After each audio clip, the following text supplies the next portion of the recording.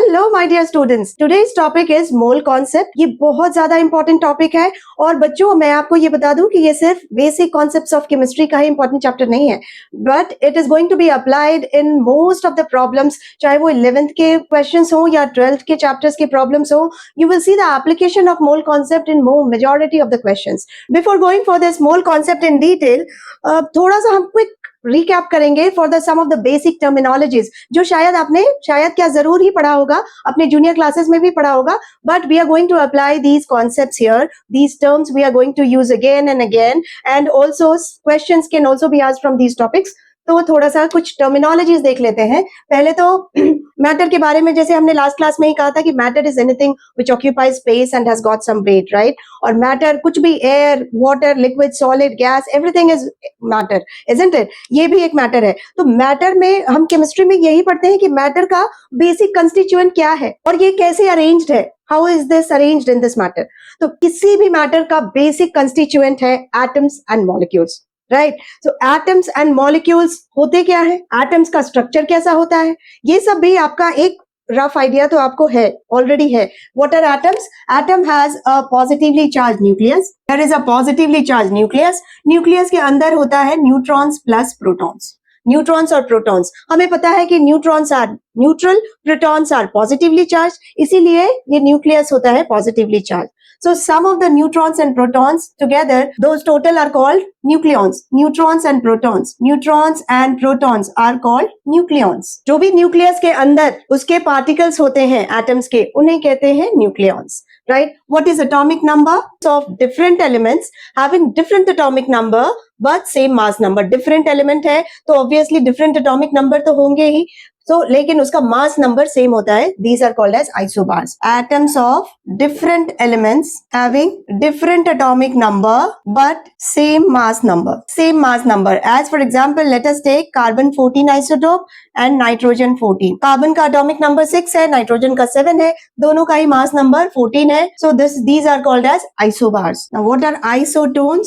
Isotones वो होता है जिसमें न्यूट्रॉन सेम हो, right? अलग अलग एटम्स में अगर दो अलग एटम्स हैं, दो अलग एलिमेंट्स हैं, तो उनके अगर न्यूट्रॉन सेम है, number of neutrons, then it will be called as isotones. Atoms of different elements having same number of neutrons, same number of neutrons, as for example C14 and oxygen 16। तो number of neutrons इसमें कितना है? देखिए, carbon में number of proton is equal to 6, number of neutron कितना हो जाएगा? Number of neutron is 14 minus 6, that is mass number minus atomic number. Mass number neutron और प्रोटॉन का सम है, एटॉमिक नंबर सिर्फ प्रोटॉन है, तो this 14 minus 6, this is equal to number of neutrons, that is 8.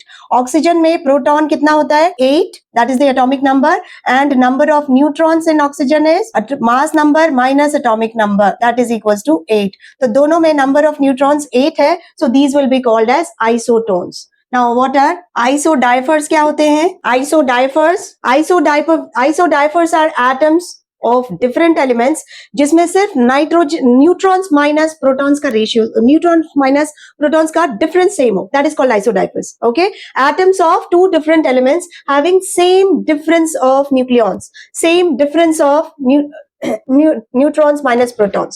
Atoms of different elements having same n minus p value, neutron minus proton का value same हो। As for example let us say fluorine, fluorine का atomic number है 9, mass number है 19। Sodium, sodium का atomic number है 11, mass number is 23। Now let us calculate number of neutrons. देखिए यहाँ number of protons तो 9 है और नंबर ऑफ न्यूट्रॉन्स कैसे निकालेंगे? Number of neutrons is mass number minus atomic number, that is equal to 10। तो यहाँ n माइनस p क्या हो गया? n minus p value is what? n minus p is 10 minus 9, that is equals to 1. I hope it is clear. Sodium, proton is equal to 11 as atomic number is 11. What is number of neutrons?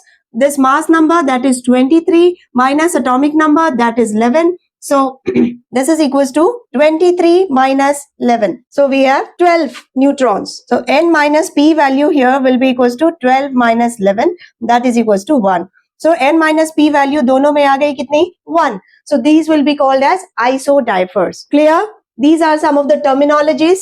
When we talk about matter, we say matter is anything which has got some mass.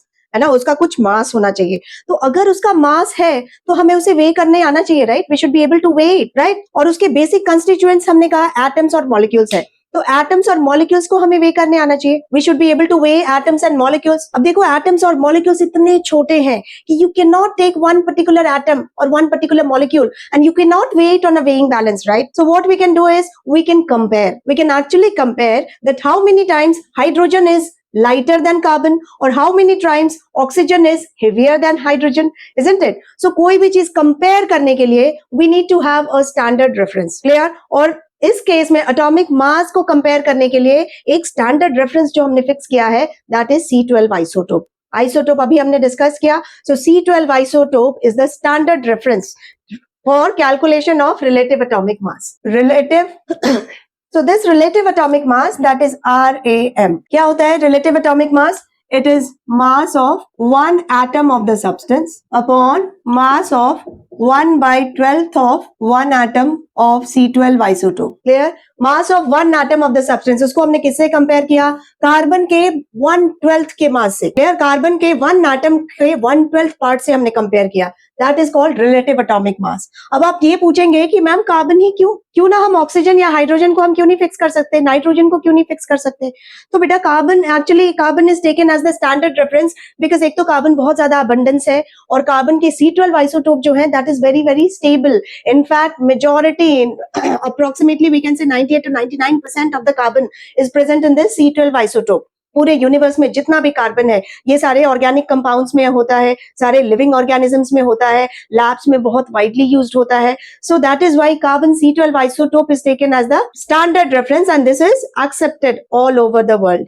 Okay, so for determining this relative atomic mass, we can actually compare any element with respect to 1/12th of the mass of a C12 isotope. Okay, so I hope you are able to understand this 1/12th of mass of a C12 isotope. Let us discuss what is this one atomic mass unit. One atomic mass unit होता कितना है? This atomic mass unit is actually the unit to weigh the atoms or molecules.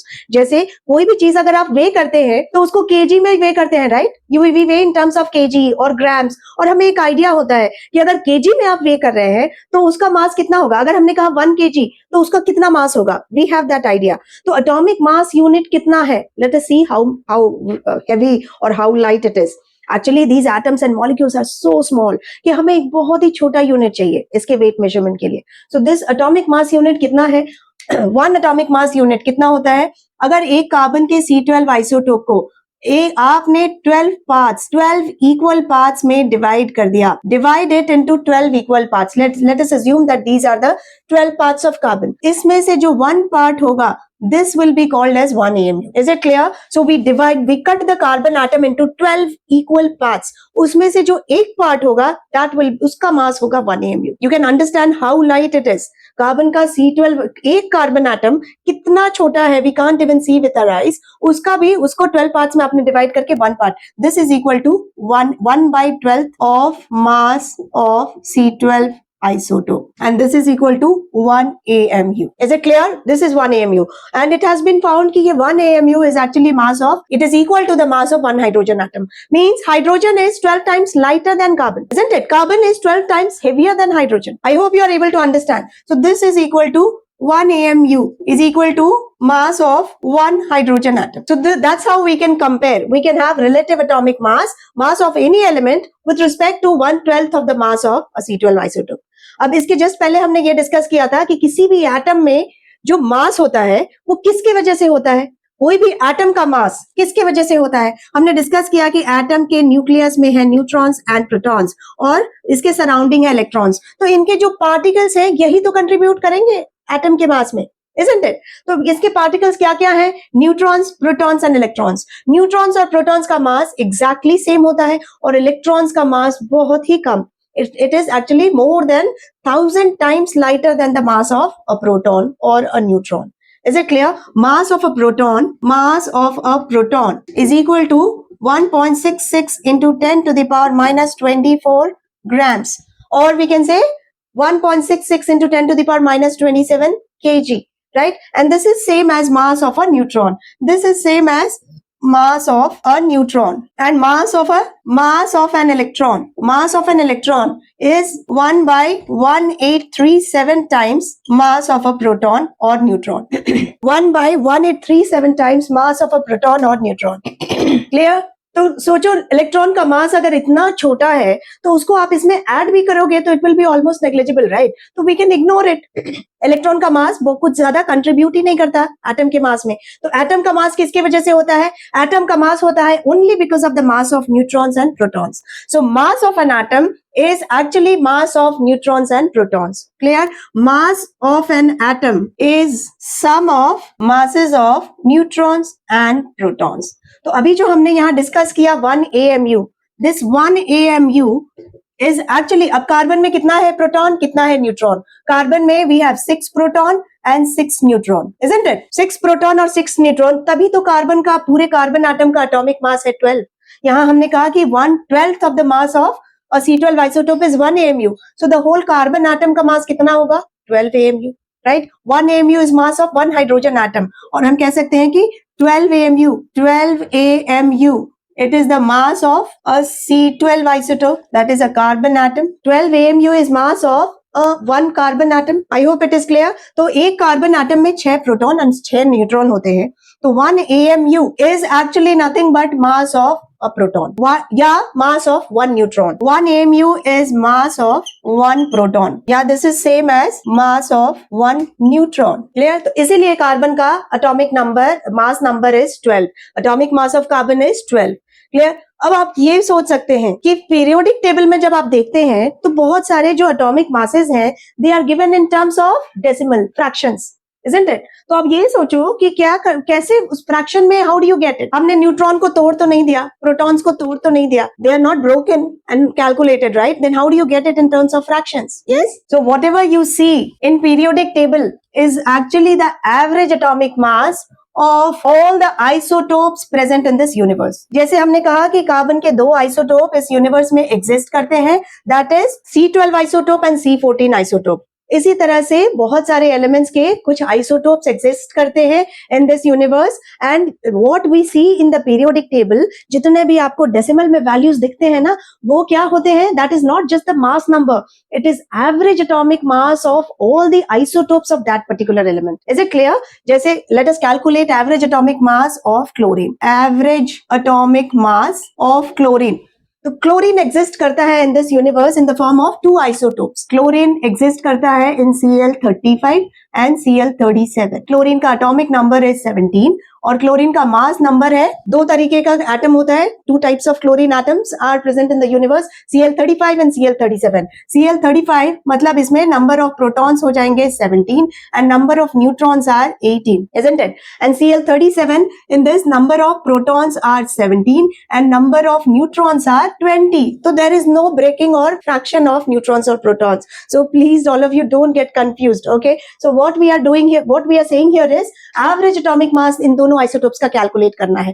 Average atomic मास के लिए हमें क्या चाहिए? हमें चाहिए उनका परसेंटेज अबंडेंस. ये दोनों किस रेशियो में प्रेजेंट है या किस परसेंटेज में पूरे यूनिवर्स में पाए जाते हैं. तो this chlorine Cl35 and Cl37 का रेशियो होता है, they exist in the ratio of 3:1. मतलब in every 4 atoms, 3 atoms are of Cl35 types and 1 atom will be of Cl37 types. Clear? So average atomic mass इसका हम कैसे calculate करेंगे? This is equal to mass number of Cl35 into इसका percentage, इसका abundance ratio क्या है? 3. So 35 multiplied by 3 plus ये Cl37 isotope, Cl37 का abundance ratio क्या है? 1. So 37 multiplied by 1 upon total number of atoms, that is 3:1, that is 3 plus 1. This is coming out to be Cl35.5. So chlorine का atomic mass क्या हो गया? Cl35.5. तो आप अगर देखेंगे पीरियोडिक टेबल में, it is Cl35.5 AMU. Cl35.5 AMU का मतलब क्या हो गया कि this is average of all the different isotopes of chlorine present in this universe. Clear? So that's how you get the decimal. Now let us come back to the atomic mass calculation. तो atomic mass में हमने क्या क्या देखा अभी, AMU is actually the mass of one proton. तो AMU को अगर आप ग्राम्स में रिप्रेजेंट करें तो how small it is, you can just imagine 1 AMU is equal to 1.66 into 10 to the power minus 24 grams. Okay, this is mass of one proton, or we can say this is same as mass of one neutron. I hope इतना clear है, इतनी बात समझ में आ गई. So that's how we can calculate the atomic mass of an element. Now let us say matter में जब ये particles हैं, मैटर के जो कंस्टिट्यूएंट एलिमेंट है ये इतने छोटे छोटे पार्टिकल्स हैं, तो अगर ये पार्टिकल्स हैं तो इन्हें काउंट करने भी आना चाहिए, right? We should be able to count these elements और दीज पार्टिकल्स. तो काउंट करने के लिए again we need to have a unit. जैसे हमने कहा कि these particles are very very extremely small, we can't even see with our eyes. तो इतने छोटे पार्टिकल्स को वे करने के लिए हमने एक छोटा सा यूनिट निकाला, that is atomic mass unit. उसका हमने वैल्यू देखा कि ग्राम्स के टर्म में ये इतना छोटा है, that is 10 to the power minus 24 grams. How small it is. तो इन्हीं पार्टिकल्स को आप काउंट करने के लिए भी we need to have a very huge unit, क्योंकि even if you are taking a 1 drop of water, अगर 1 ml भी लेते हैं तो उसमें मिलियंस एंड ट्रिलियन से भी ज्यादा, बहुत ज्यादा वाटर मॉलिक्यूल्स प्रेजेंट होंगे, right? You can't even imagine. तो इतने वाटर मॉलिक्यूल्स हैं, तो उनको काउंट करने के लिए we can not use the simple normal units. जैसे suppose when we go to buy bananas, we say give me 1 dozen of banana. 1 dozen में कितने बनानास आते हैं? 12. वी से 1 pair of shoes, 1 pair of shoes में कितने shoes आते हैं? 2. सो ये सारे डजन, पेयर्स, ये सब क्या है? These are the units of counting. Similarly अगर कोई बहुत बड़ा यूनिट चाहिए जिसमें बहुत सारे एटम्स या मॉलिक्यूल्स आ जाएं, that unit is called as mole. That is called mole. तो 1 mole of any species, 1 mole of any species, it contains Avogadro's number of particles in it. 1 mole of any substance, Avogadro's number of particles in it. अब ये Avogadro's क्या चीज है भाई? What is Avogadro's number? Avogadro's number क्या होता है? Avogadro's number is 6.022 into 10 to the power 23, और इसको हम डिनोट करते हैं with Na. This is denoted by Na and the value is 6.022 into 10 to the power 23. ये value आप सबको याद होनी ही चाहिए. Clear? So all of you please remember this. 1 mole of any substance, कुछ भी आप ले ले, जैसे हमने कहा 1 mole of this pen, तो 1 mole का मतलब कितना हो गया? It will contain 6.022 into 10 to the power 23 pens. 1 mole of this duster, this is 6.022 into 10 to the power 23 duster, isn't it? So 1 mole of any substance contains these many particles in it. Clear? 1 mole का definition एक और भी होता है. 1 mole, how it is defined? 1 mole of a substance contains same number of particles which are present in 12 gram of carbon atoms. It is also defined as 1 mole is equal to number of atoms, number of carbon atoms present in 12 gram of carbon. 1 mole is equal to number of carbon atoms present in 12 gram of carbon. Is it clear? अब हमने कहा number of carbon atoms present in 12 gram of carbon, उस वो होता है 1 mole. तो अभी हमने ये रिलेशन तो देख लिया कि 1 AMU is equal to this much. अब हम ये देखेंगे कि let us calculate this and prove कि 1 mole होता कैसे है, 1 mole कैसे आ जाता है this value, राइट? तो हमें पता है कि 1 AMU is equal to this much, और हमें ये भी पता है कि 1 atom of carbon, 1 atom of carbon weighs how much? 1 atom of carbon weighs 1 AMU, isn't it? 1 atom of carbon weighs 1 AMU. Sorry, it is 12 AMU. Very sorry. 1 atom of carbon weighs कितना? 12 AMU. ये हमें पता है. 1 mole हमने कहा ये कितने mass carbon का होता है इसमें? 1 mole का मास कितना होता है? 12 grams. So let us calculate कि 12 gram of carbon में number of particles कितने होते हैं. Clear? 12 gram of carbon, ठीक है. पहले ये देख लीजिए, 1 atom of carbon weighs 12 AMU. तो 12 AMU का मास क्या लिखा था हमने? 12 AMU हो जाएगा 12 multiplied by these many grams. So 12 multiplied by 1.66 into 10 to the power minus 24 gram, isn't it? 1 AMU weighs this much gram. So 1 atom of carbon weighs 12 AMU. So 12 AMU will be equals to 12 multiplied by these many grams. Is it clear? Now 12 gram of carbon, ये तो हो गया 1 atom of carbon, मतलब 12 AMU को हमने convert कर दिया किसमें? ग्राम्स में. तो 1 मोल को अगर हम कन्वर्ट करेंगे ग्राम्स में तो क्या होगा? 1 mole of carbon atoms contain 6.023 into 10 to the 23, right? तो देखिए वन एटम का मास हमने ये निकाला in terms of grams. We have just converted 12 AMU in terms of grams, isn't it? So this is what, this is mass of one carbon atom. तो mass of one carbon atom इतना है. तो हमें अब निकालना है, हमें prove करना है कि what is the number of carbon atoms, how many carbon atoms are present in this 12 gram of carbon. तो number of particles या number of carbon atom कैसे निकालेंगे?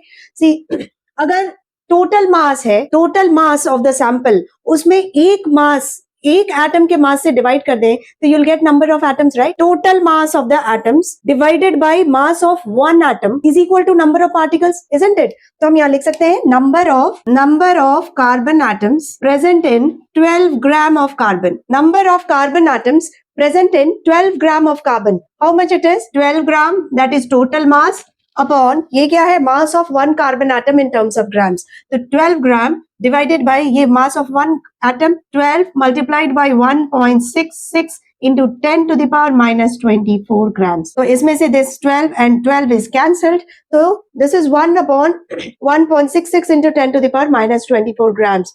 इसे आप solve करिए and you will get the value 6.022 into 10 to the power 23. This is what we call as Avogadro's number, isn't it? तो यहाँ से हमने ये प्रूव किया क्या कि number of carbon atoms present in 12 gram of carbon is same as Avogadro's number, that is 6.022 into 10 to the power 23. So whatever this mole का जो definition है, this statement is now proved. Is it clear? तो देखिए कोई भी atom का जो atomic mass होता है, that will contain Avogadro's number of particles in it. Atomic mass of carbon is equal to 12 AMU. तो ये 12 AMU क्या है?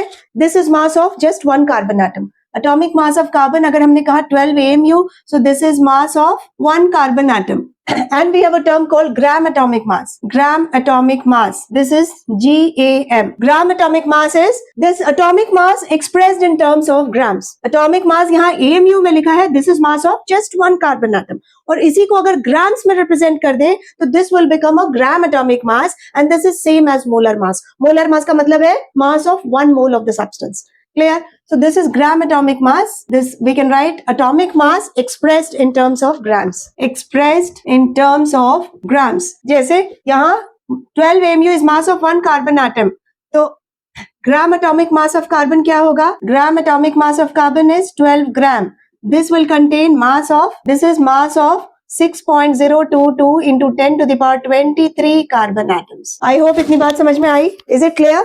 So gram atomic mass जो सेम AMU को अगर आपने ग्राम्स में लिख दिया तो वो उसका मोलर मास बन जाता है. Clear? Atomic mass of hydrogen, atomic mass of hydrogen is equal to 1 AMU. अगर AMU एक बहुत ही छोटा यूनिट है, अगर हमने AMU में लिखा तो ये इसे हम देख भी नहीं सकते. This is just one atom of hydrogen, right? This is mass of one hydrogen atom. Gram atomic mass of hydrogen is equal to 1 gram. 1 gram is mass of 6.022 into 10 to the power 23 hydrogen atom. Mass of 6.022 into 10 to the power 23 hydrogen atoms. Atomic mass of nitrogen is equal to 14 AMU. अगर AMU में represented है तो ये सिर्फ एक nitrogen atom है और इसी को हमने ग्राम्स में लिख दिया तो ये 6.022 into 10 to the power 23 nitrogen atoms का मास है. Clear? So this is 14 AMU is mass of one nitrogen atom and gram atomic mass of nitrogen. This is 14 gram. This is equal to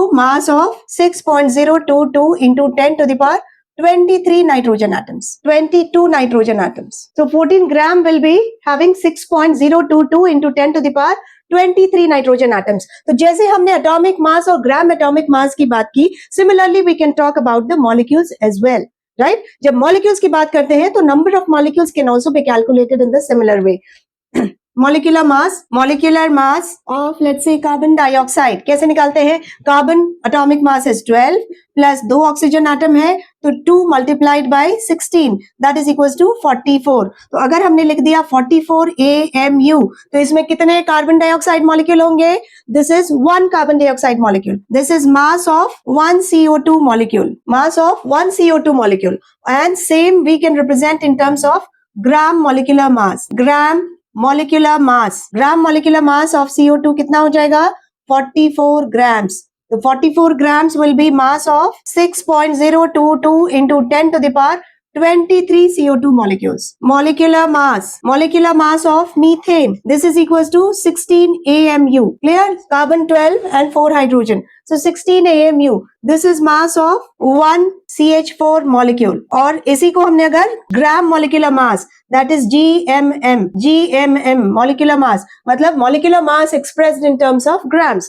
AMU को जब हमने grams में लिख दिया 16 ग्राम, GMM, gram molecular mass of methane, this is equals to mass of 6.022 into 10 to the power 23 methane molecules. Is it clear? Similarly, अगर ions के form में दे रखा है तो हम ions को भी represent कर सकते हैं in the form of gram ions. Let us say Cl minus. So जैसे हमने लिखा atomic mass, molecular mass, उसी तरह से हम लिख सकते हैं ionic mass of Cl minus. Cl minus का ionic mass that is 35.5.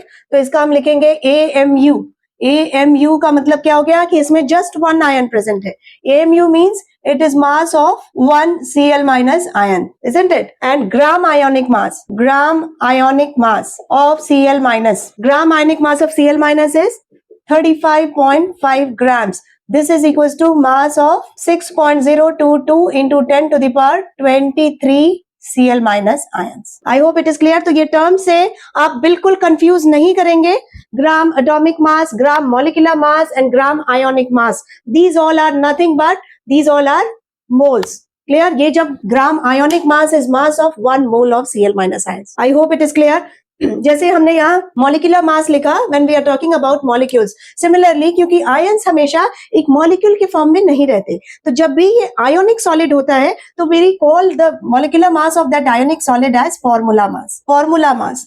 The molecular mass of ionic solids are represented in terms of formula mass. Molecular mass of ionic solids are represented in terms of formula mass. Molecular mass of ionic solids are represented in terms of formula mass. Is it clear? Ionic solids को हम formula mass में represent करते हैं. So we can say formula mass is mass of one formula unit. It is the mass of one formula unit of ionic solid. Ionic solid. क्योंकि ionic solid को अगर आप solution में लेते हैं तो they are not present in molecular form, right? उनके ions तो dissociated रहते हैं. तो always you have to take one formula unit. जैसे NaCl is a ionic solid, वो dissociate हो जाएगा into Na plus and Cl minus. तो इसका formula mass हम लिखेंगे mass of Na plus and Cl minus. Formula mass of NaCl is mass of Na plus, that is 23 plus Cl 35.5. इतना clear है? So this is the formula mass of NaCl. Is it clear?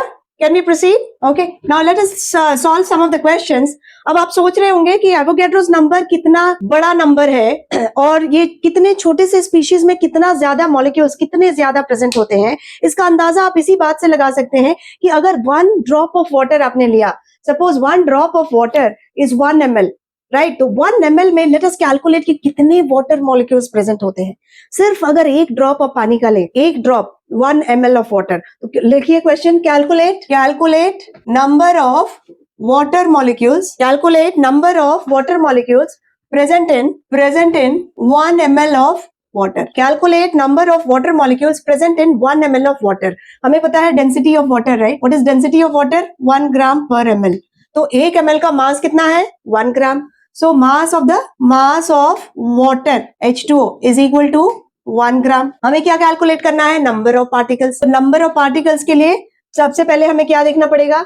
1 ग्राम है. 18 grams of H2O, molecular mass of H2O is 18. तो 18 ग्राम of H2O में कितने particles होते हैं?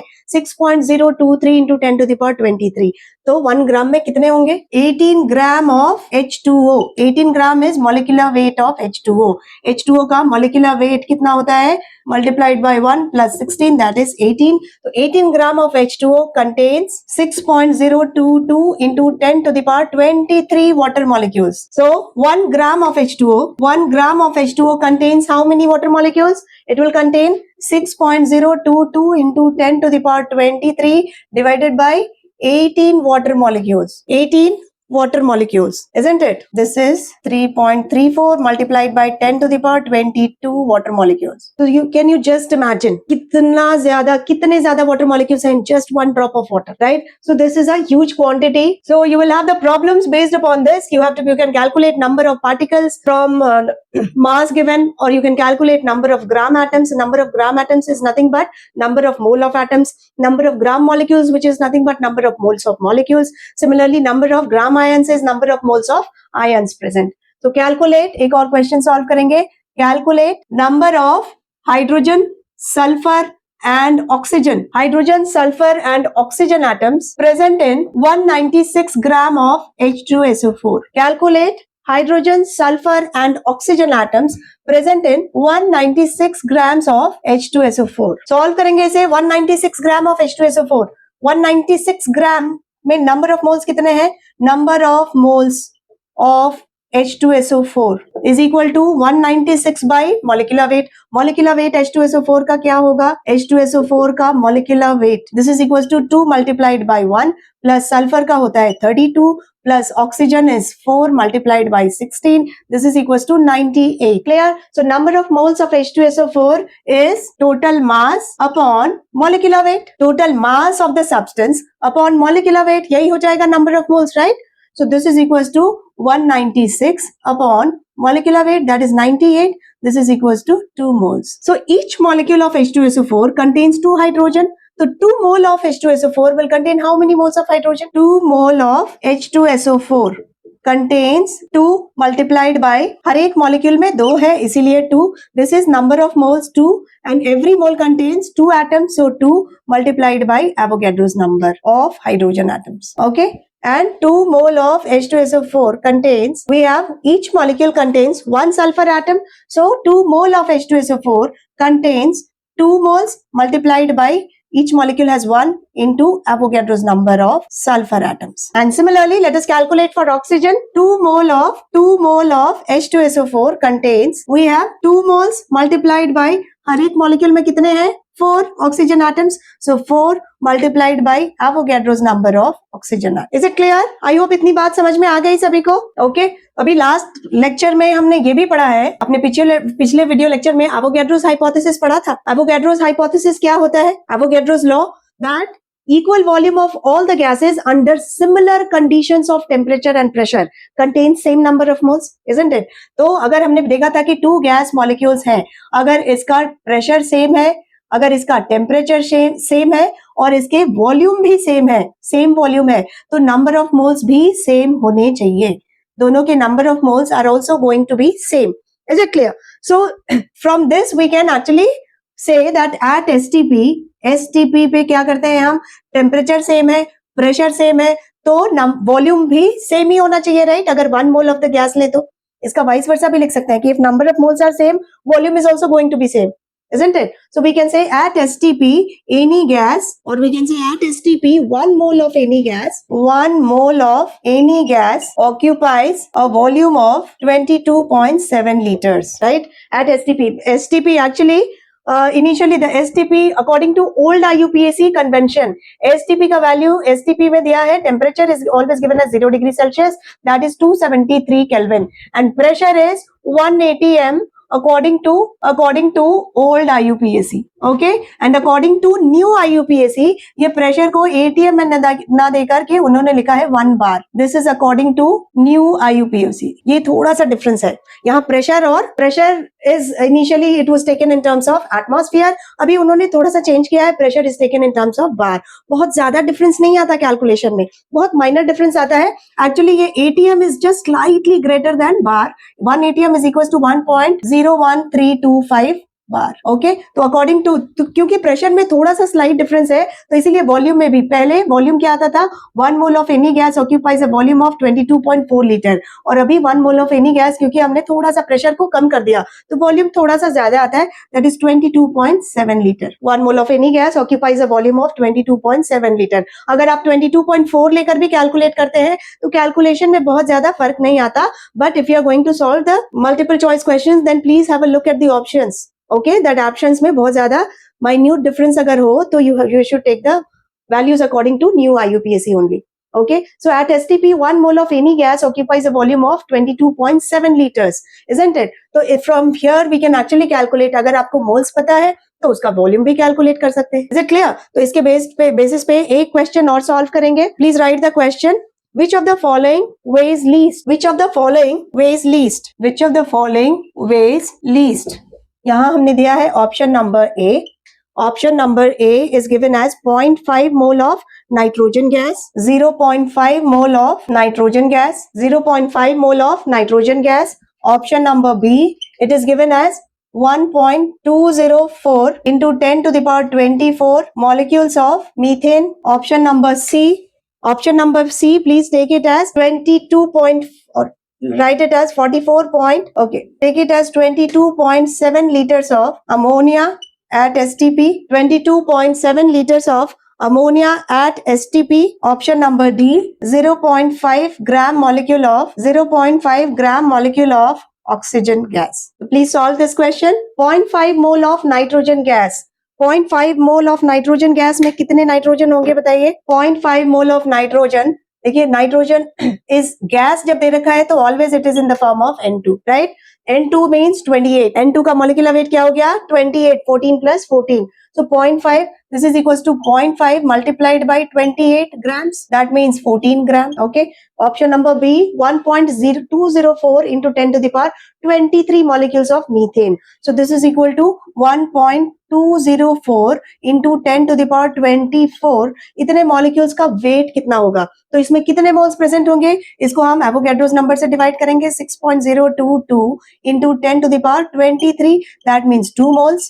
2 moles का मतलब हो गया 2 multiplied by methane का molecular mass is 16. So 32 grams. Now 22.7 liters of ammonia at STP. So we know that 1 mole of any gas, चाहे ammonia हो, hydrogen, nitrogen, oxygen, helium, it will occupy a volume of 22.7 liter. तो इसका मतलब है कि ammonia कितना होना चाहिए? 1 mole. 1 mole of ammonia means its का molecular mass that is 17 gram. Okay. Option number D is 0.5 gram molecule of oxygen. अब gram molecule इन्होंने दिया है, that means it is O2. Clear? So 0.5 gram molecule O2. O2 oxygen is 32. और O2 का molecular mass यहाँ आपको 16 नहीं लेना है क्योंकि this is given in terms of gram molecule. So we are talking about O2 molecule, right? अगर ये ग्राम एटम दिया होता तो आप ऑक्सीजन एटम लेते, that is atomic mass 16. So this is O2, that is 32. तो इसमें number of moles यहाँ, this is 0.5 gram molecule is nothing but 0.5 mole of molecule, 0.5 mole of molecule, isn't it? तो यहाँ इसका निकालेंगे कैसे? 0.5, इसका मास निकालिए. 0.5 multiplied by इसका molecular weight, that is 32. This is 16 grams. So which one weighs least? That is 14, 32, 17, 16. So option number A is the correct option. 14 gram of nitrogen. So I hope this question is clear. तो अभी तक जितना भी हमने mole concept पढ़ा, we can summarize the whole thing in just one chart. We are going to summarize the whole concept in just one chart. Let us say mole. Mole से अगर आपको निकालना है suppose mass of the substance, you need to find out mass of the substance. अगर mole से आपको निकालना है mass of the substance, कैसे निकालेंगे आप? mole से mass निकालना है तो we have to multiply by the molar mass. Multiply by molar mass. So I'm writing here molar mass क्योंकि ये atomic mass भी हो सकता है, molecular mass भी हो सकता है. So whatever mass is required, you can multiply by molar mass. अगर mass से mole निकालना है तो you have to divide by molar mass. Divide by molar mass. Now अगर mole से आपको number of particles निकालने हैं, number of particles it can be either atoms or molecules or anything. So mole say you are going to find out number of particles. How do you do it? Multiply by Avogadro's number. Multiply by Avogadro's number. And if you are going to find from number of particles, you are going to find moles. Divide by Avogadro's number. Okay. From mole, if you are going to find out volume at STP, volume of gas at STP, volume of the gas at STP. तो कैसे निकालेंगे? Multiply by 22.7 liters. Multiply by 22.7 liters. और अगर volume of the gas at STP दे रखा है and you are going to find out mole. then divide by 22.7 liters. तो suppose अगर volume ही दे रखा है and you have to calculate number of particles, you have to follow this track. पहले volume of the gas से mole निकालिए, फिर mole से multiply कीजिए by Avogadro's number, you will get number of particles. Clear? Suppose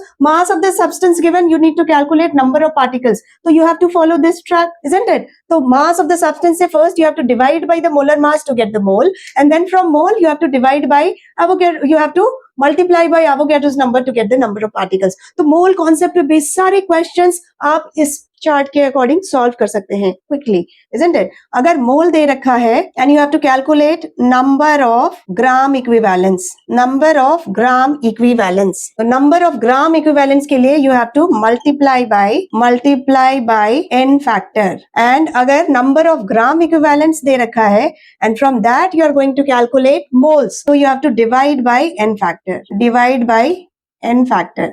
अब आप ये भी सोचेंगे कि ये क्या नई चीज कह दिया आपने, मैम ने कुछ नई चीज बता दी जो इन्होंने पढ़ाया ही नहीं. तो बिल्कुल डरने की बात नहीं है, ये नई चीज के बारे में हम पढ़ने वाले हैं अपने नेक्स्ट वीडियो लेक्चर में, which is going to be released in just 1 or 2 days. It is coming very soon. So all of you please keep watching and मूल कॉन्सेप्ट के बारे में बच्चों I must tell you कि इसमें जितना ज्यादा आप क्वेश्चन सॉल्व करेंगे उतना ज्यादा कॉन्सेप्ट क्लियर होगा and you will get the confidence.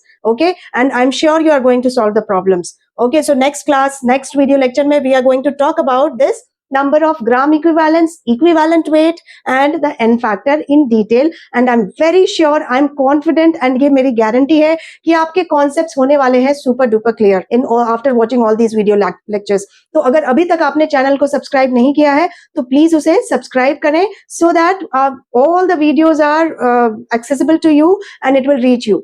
Okay, so all of you keep watching, keep solving problems. Until then, take care. Bye bye.